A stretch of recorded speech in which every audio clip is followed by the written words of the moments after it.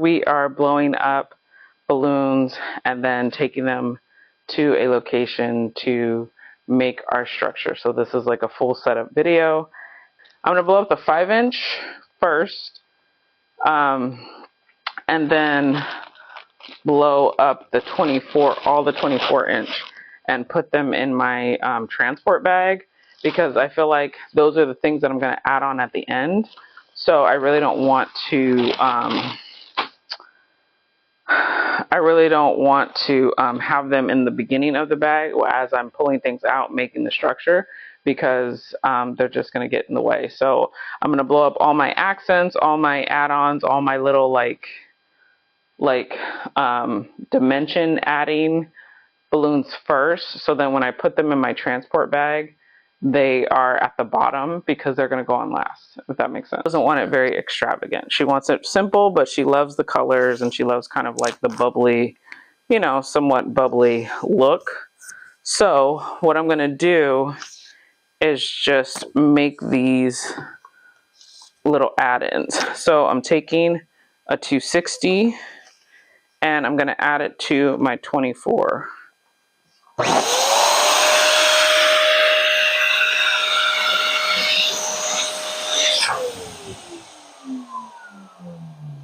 It's a lot of air.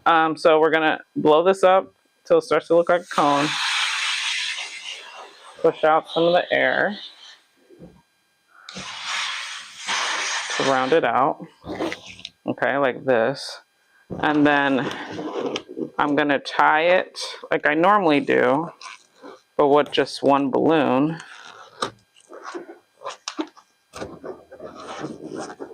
And then what I'm also going to do is tie the 260 to it, to the neck. So I'm doing this, and I'm doing it under the knot that I made because I don't want it to slip off. So I'm going to tie it there under the knot. Okay, and we're going to double knot. We're going to double tie that. And then on the loose end, I'm going to squeeze out the air and then tie this.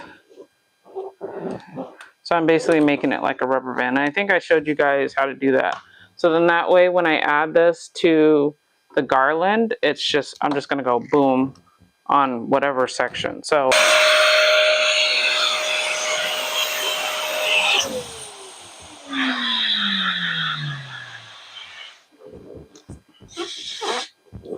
now what you could also do is before you finish tying this in, before you finish like pulling the loop to make a knot, you can also add the 260 ahead of time. So split it in half like this. And then when you push the neck through,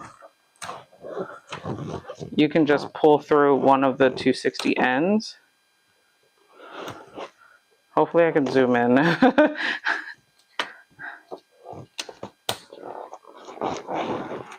And then do that. So if you guys are kind of getting like finger fatigue and don't want to do it that way, look, it's already connected. And then all I have to do is just tie the end of the 260 and be done. So that's another way that you guys could do that to add your, to add the 260 and make a loop. Each cluster that I'm making, I'm going to do the twisted method for each color block, and then when I get on site, I will be connecting them with their necks. Curve 6 is a little more easier to manage, and also it doesn't make the color blocks so big and crazy, you know what I mean? And as far, since you are if you do the twisting method as I'm doing, where you have your quad and then you're adding the 6 in and just twisting 2 balloons together. If you're doing that, say you need maybe 2 balloons out of this instead of the whole 6, it's easier to untwist if it's just the 3 set of pairs.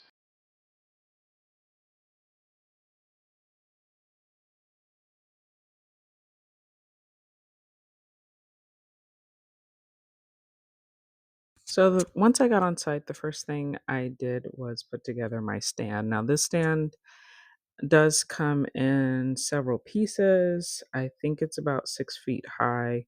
It has a weighted metal base, and it for each foot you twist together one piece of the pole. So I started out with 2 feet of the stand first, and then I twisted on my first cluster. This cluster actually is comprised of of the um, two of the 6 count in the Georgia color, and then I put my second foot on, and I twisted the Georgia balloons around that part of the stand so my bottom would be secure. I wanted it a little fuller, so I just left it in that sideways position. I didn't make it go straight up and down. Next, I added the meadow by tying the necks of the meadow, one meadow balloon and then one of the Georgia balloons together. This is kind of difficult, and depending on the brand that you're using, it may be difficult to grab the necks, but you just want to try and use the loosest neck that you can find. Next, I'm using the linen color, and I'm trying to do an S shape with my garland this time. So I'm tying the necks of the linen. I felt like the linen was kind of hard to attach to the meadow color. I think because they're two different brands, so it was just kind of hard to find a loose enough neck to tie those. But the linen is only one cluster of six, while the blue and the green are um are double. Okay, so once I got like basically the start of my pattern, it was pretty much good to go. So here I am tying together another set of two 6 count clusters. And then this time, my fingers were getting tired, so from blowing up all the balloons earlier this morning, so to I did opt to connect. I did choose to connect the balloons with a 260. When you are trying to make a larger base or maybe like a wider garland, it's good to just basically turn your balloons sideways. Don't try and make your garland straight up and down and then add more to the side. Just turn your 6 to 12 count cluster sideways, and then you can make your garland wider. So then I just went ahead and started to figure out my shape because I wanted that S shape. So I kept adjusting and readjusting, kind of letting the balloons sit on top of each other, and then standing back to see if they were working out.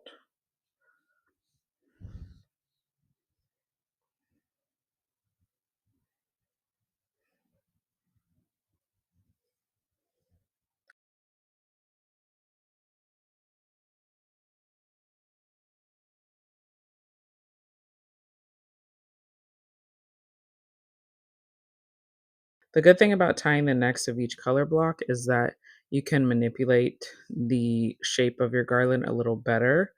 When you twist all your color blocks together, it makes it a little everything gets tighter and tighter, and so it makes it a little harder to manipulate the shape to get it to look how you want to.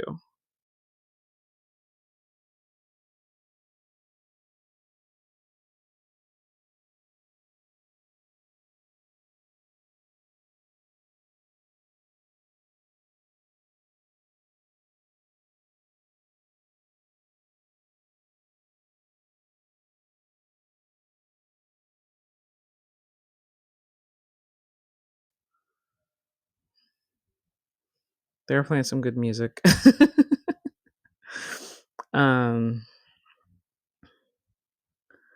and so this piece is actually going to go back the other direction. So I was trying to get the green to basically sit a little more to the left um, as it went up. So I'm trying to twist them. Once I connected it with the 260, I'm trying to twist them a little more so that the green would go more to the left. But this is when I added the other 2 feet of the stand because it was getting a little top heavy.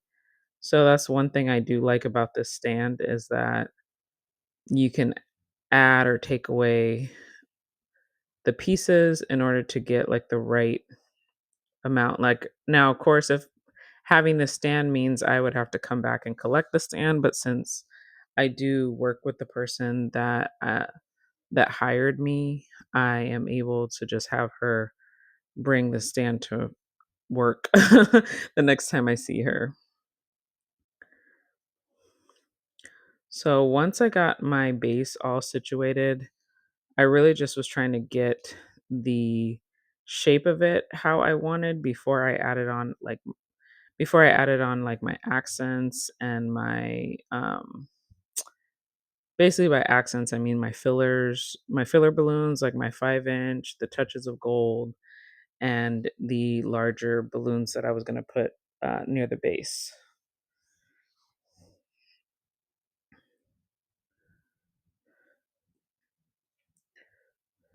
There we go. So now we're gonna tie together, you can't really see this, but I'm tying together my 5 inch balloons into my little dumbbell method by connecting the pairs of the 5 inch balloons with a 260. So I did that for all the colors, but right here I'm just showing you that I did that with the gold.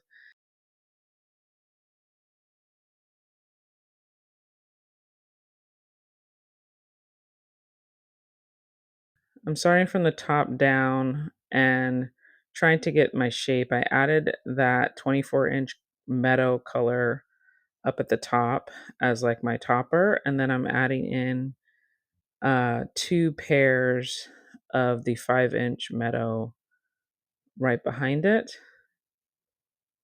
and then I'm adding another 5-inch meadow pair to the bottom. I didn't want it to be too busy. The client didn't want anything to be too busy, so I'm really just trying to add in a little dimension here and there. I didn't even use all the balloons that I blew up, but I like to make sure that I have enough balloons so I'm not blowing up on site because that does take a lot more time. So I'm adding in some Georgia to the almost top portion,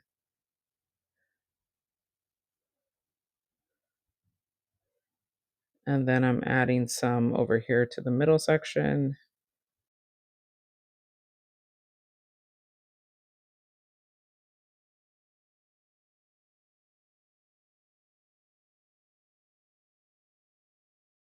And then I started to have a little helper that was wanted to be in my video, so I blocked out her face as much as I can because I didn't want her mom to be upset that she was in my video. But I had to cut out a lot of what I did, and then she was directing me, so sorry for the bad camera angle because she touched my camera, and so it shifted things a little bit. But at this point, I'm adding the touches of gold and pretty much almost done. So if you like this color scheme, I really fell in love with this color scheme. I think it was like a Winnie the Pooh theme. So if you like this color scheme for Winnie the Pooh, let me know. Let me know if you have any other tips. Hopefully you guys learned something today, and I will see you in the next one.